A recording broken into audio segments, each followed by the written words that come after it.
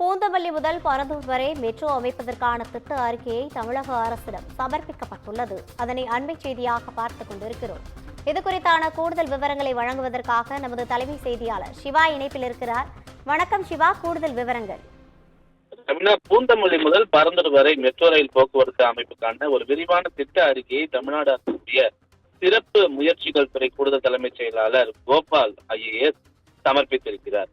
குறிப்பாக பூந்தமல்லியிலிருந்து பரந்தூர் வரை metro rail நீட்டிப்பதனுடைய பரிந்துரைக்கான விரிவான திட்ட அறிக்கை தமிழ்நாடு அரசுடைய சிறப்பு முயற்சிகள் துறையினுடைய கூடுதல் தலைமை செயலாளர் கோபால் IAS அரசு முதன்மை செயலாளரும் சென்னை மெட்ரோ ரயில் நிறுவனத்தினுடைய மேலாண்மை இயக்குநருமான சிட்டிக் IAS வழங்கியிருக்கிறார். இந்த நிகழ்வு என்பது இந்த மெட்ரோ ரயில் சேவை என்பது மிகவும் முக்கியத்துவம் வாய்ந்ததாக பார்க்கப்படுகிறது.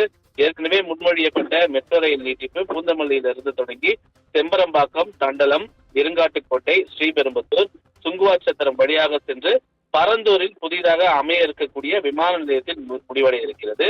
இது குத்தம்பாக்கம் பேருந்து முனையம் மற்றும் முன்மொழியப்பட்ட பசுமைவெளி விமான நிலையத்திற்கு தடையற்ற ஒரு இணைப்பை வழங்கும் என்று திட்ட அறிக்கையில் தெரிவிக்கப்பட்டிருக்கிறது. திட்ட செலவு மற்றும் இதற்கான செயல்படுத்தல் நேரத்தை மேம்படுத்துவதற்காக பூந்தமல்லி மற்றும் ஸ்ரீபெரும்புதூர் இடையே 5.89 கிலோமீட்டர் நீளத்திற்கு இந்திய தேசிய நெடுஞ்சாலை ஆணையத்தால் உயர்த்தப்பட்ட வழித்தடத்துடன் இது ஒருங்கிணைக்கப்பட்டிருக்கிறது என்றும், இந்த திட்ட விவரங்களின்படி வழித்தடத்தினுடைய மொத்த நீளம் 52.94 கிலோமீட்டராகவும், உயர்த்தப்பட்ட நிலையங்களினுடைய எண்ணிக்கை 20 ஆகவும், மதிப்பிடப்பட்ட ஒட்டுமொத்த செலவு 15,906 கோடி ரூபாய் என்றும் திட்டமிடப்பட்டிருக்கிறது.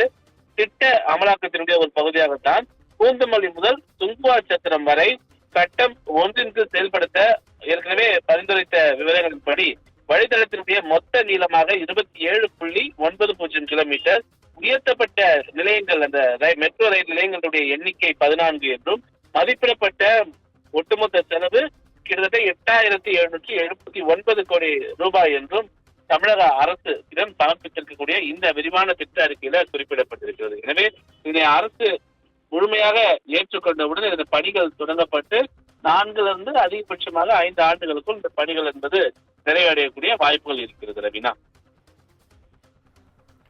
கூடுதல் விவரங்களை வழங்கியமைக்காக நன்றி சிவா.